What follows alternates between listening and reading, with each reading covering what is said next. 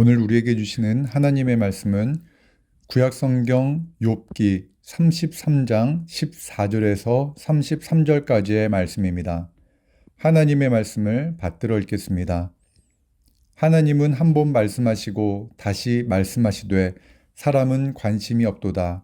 사람이 침상에서 졸며 깊이 잠들 때에나 꿈에나 밤에 환상을 볼 때에 그가 사람의 귀를 여시고 경고로서 두렵게 하시니 이는 사람에게 그의 행실을 버리게 하려 하심이며 사람의 교만을 막으려 하심이라. 그는 사람의 혼을 구덩이에 빠지지 않게 하시며 그 생명을 칼에 맞아 멸망하지 않게 하시느니라. 혹은 사람이 병상의 고통과 뼈가 늘 수심의 징계를 만나니 그의 생명은 음식을 싫어하고 그의 마음은 별미를 싫어하며 그의 살은 파리하여 보이지 아니하고 보이지 않던 뼈가 드러나서 그의 마음은 구덩이에 그의 생명은 멸하는 자에게 가까워지느니라. 만일 일천 천사 가운데 하나가 그 사람의 중보자로 함께 있어서 그의 정당함을 보일진대 하나님이 그 사람을 불쌍히 여기사 그를 건져서 구덩이에 내려가지 않게 하라. 내가 대속물을 얻었다 하시리라. 그런즉 그의 살이 청년보다 부드러워지며 젊음을 회복하리라. 그는 하나님께 기도함으로 하나님이 은혜를 베푸사 그로 말미암아 기뻐 외치며 하나님의 얼굴을 보게 하시고 사람에게 그의 공의를 회복시키시느니라. 그가 사람 앞에서 노래하여 이르기를 내가 범죄하여 옳은 것을 그르쳤으나 내게 무익하였구나. 하나님이 내 영혼을 건지사 구덩이에 내려가지 않게 하셨으니 내 생명이 빛을 보겠구나 하리라. 실로 하나님이 사람에게 이 모든 일을 제삼 행하심은 그들의 영혼을 구덩이에서 이끌어 생명의 빛을 그들에게 비추려 하심이니라. 욥이여 내 말을 귀담아 들으라. 잠잠하라. 내가 말하리라. 만일 할 말이 있거든 대답하라. 내가 기쁜 마음으로 그대를 의롭다 하리니 그대는 말하라. 만일 없으면 내 말을 들으라. 잠잠하라. 내가 지혜로 그대를 가르치리라. 아멘. 오늘 이 본문의 말씀으로 고난의 터널을 통과한 후라는 제목으로 하나님의 말씀을 나누겠습니다. 우리가 살아가는 현실에는 그 원인을 정확히 밝히기 어려운 일들이 일어날 때가 있습니다. 그런데 좋은 일일 경우에 그 결과를 자신의 영향력 때문이다라고 주장하는 사람들이 있습니다. 반면 부정적인 일이 일어났을 경우에는 그 원인을 타인에게 돌리려 합니다. 특별히 부정적인 일이 일어났을 때에는 그 원인 제공자가 누구냐에 대한 공방이 이어질 때가 있습니다. 지금 우리 사회는 이렇게 부정적인 일들로 인해서 그 원인을 찾는 그러한 사람들이 점점 늘어가는 것처럼 보입니다. 보수와 진보를 말하는 사람들의 대화 속에서 그런 모습이 있습니다. 기성세대와 신세대 간에도 좁혀들지 않는 거리가 존재하는 것처럼 느껴집니다. 이럴 때 진정 필요한 것이 무엇일까요? 나와 다른 사고를 하는 사람들의 말을 듣는 귀가 필요합니다. 나와 다른 생각을 하는 사람들의 말, 내가 미처 생각하지 못했던 것들을 이미 생각한 사람들의 말을 들을 수 있어야 합니다. 또한 내가 겪어보지 못한 것을 경험했던 사람들의 그 삶의 경험을 존중하며 그들의 말에서 지혜를 얻는 자세가 필요한 시대입니다. 욥기는 바로 욥에게 일어난 고난의 원인을 밝히려 하는 욥의 친구들의 주장과 자신의 결백을 주장하는 욥 사이에 오고 간 이야기가 길게 이어집니다. 욥기 1장과 2장 전반부에는 욥에게 일어난 고난이 어디서 왔는지를 분명히 밝혀줍니다.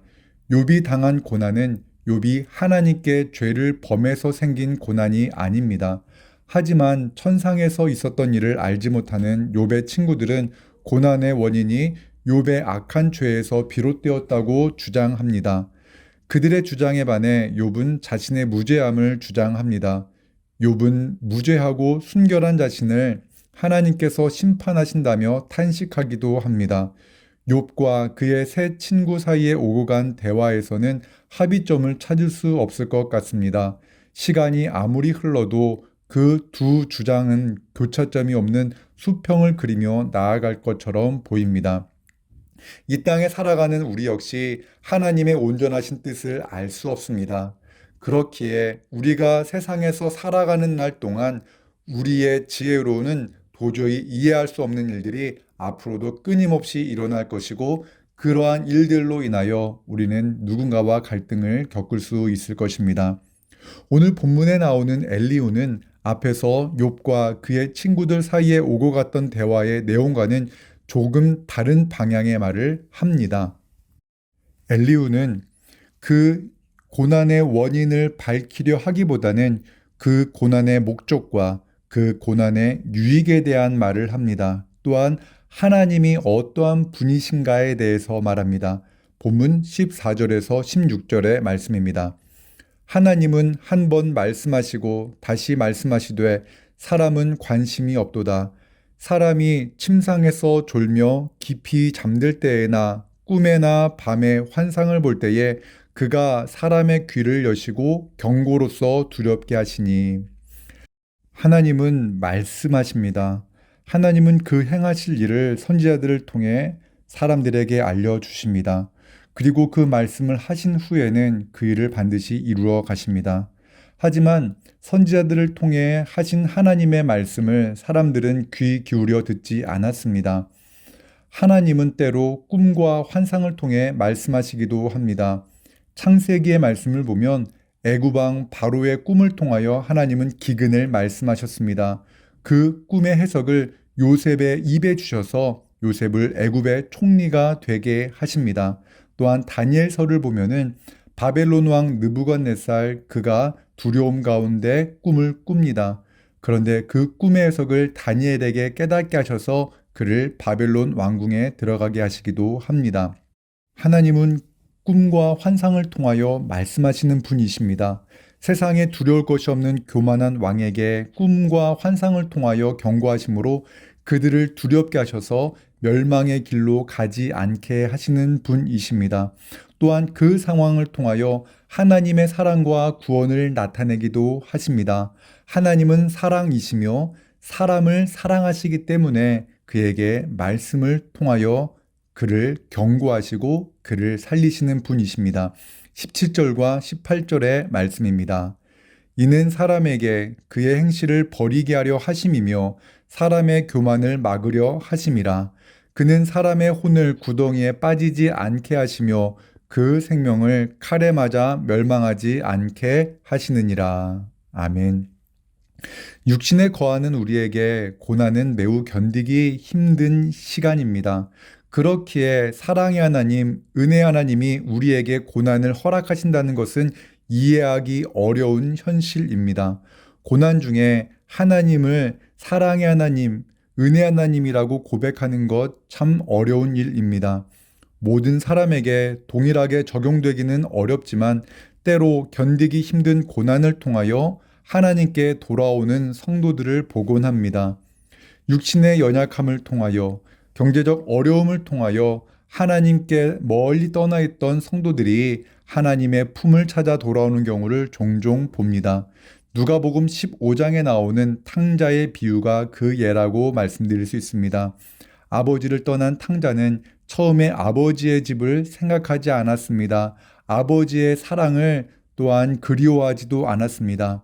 그러나 극심한 배고픔으로 인해 죽음의 위기에 봉착하자 그는 비로소 아버지의 집을 생각하고 아버지께 돌아갈 것을 생각합니다. 고난은 때로 그 영혼을 사랑하시는 하나님의 사랑의 손길, 구원의 손길일 때가 있습니다. 본문 29절과 30절의 말씀입니다. 실로 하나님이 사람에게 이 모든 일을 제3 행하심은 그들의 영혼을 구덩이에서 이끌어 생명의 빛을 그들에게 비추려 하심이니라. 아멘. 엘리후는 욥과 그의 친구들에게 이전에 생각하지 못했던 것들을 생각하게 만들었습니다. 고난의 원인을 밝히려고 논쟁한 것이 아니라 고난의 목적과 하나님의 뜻에 대해 생각해 보게 만들었습니다. 저는 이 시대 우리 그리스도인들이 해야 할 일이 바로 이것이 아닌가 생각해 봅니다. 바로 세상 사람들과는 조금 다르게 생각하는 자세입니다. 하나님의 말씀은 하나님의 사람으로 온전한 삶으로 인도하게 만듭니다. 우리가 하나님의 말씀을 깊이 묵상함으로 세상 사람들과는 조금 다르게 생각하는 그러한 삶을 살아야 할 때가 지금이 아닌가 생각해 봅니다. 코로나로 인해 우리의 일상에 큰 변화가 일어났습니다. 또한 앞으로도 계속해서 일어날 것입니다. 확진자가 급증함으로 인해서 불안한 마음도 늘어만 갑니다.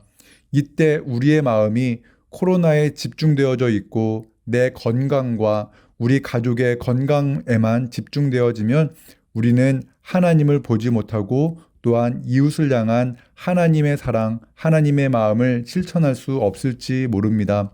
내 가족이 소중한 것을 느끼는 것은 예수님을 믿지 않는 사람들도 동일하게 느끼고 있습니다.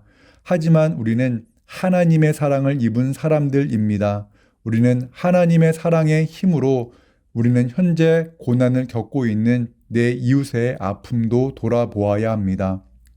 현재 나의 이웃이 고난을 통하여 연약해진 마음을 안고 살아간다면 그 아픈 마음을 하나님의 사랑으로 보다듬는 일을 하나님께서 우리에게 맡기셨을지 모릅니다. 우리 그리스도인은 동일한 상황을 조금은 다르게 생각할 수 있어야 합니다. 그가 고난을 당하고 있는 것이 바로 나를 통해 하나님의 사랑을 전하기 위한 시간일 수 있다는 마음으로 내 곁에 있는 그 사람들의 아픔을 우리가 보다듬고 그를 위해 기도하고 내가 할 수 있는 최선의 섬김을 실천하는 그러한 삶을 우리는 오늘 살아가야 할 것입니다. 사랑하는 여러분, 모두가 두려운 때입니다.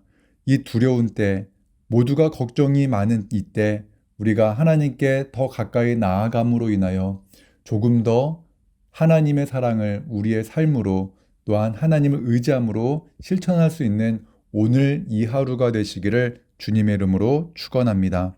기도하겠습니다. 사랑과 은혜 하나님, 하나님의 말씀을 나누었습니다. 살다 보니 이해하기 어려운 고난이 몰려올 때가 있습니다. 하나님, 그 고난을 통하여 하나님의 은혜를 더 깊이 경험하게 하시고 고난당하고 있는 내 이웃의 아픔을 돌볼 수 있는 마음의 여유와 그 모든 고난을 넉넉하게 이길 수 있는 힘과 능력을 부어 주시옵소서. 고난 중에 있는 성도들을 위로하여 주시고 고난의 터널을 잘 통과하게 하여 주시고 그 고난 끝에서 고난을 다 이겨낸 후에 모든 것이 하나님의 은혜였음을 고백하는 그 시간을 맞이할 수 있도록 주여 함께하여 주시옵소서. 예수 그리스도의 이름으로 기도하옵나이다. 아멘.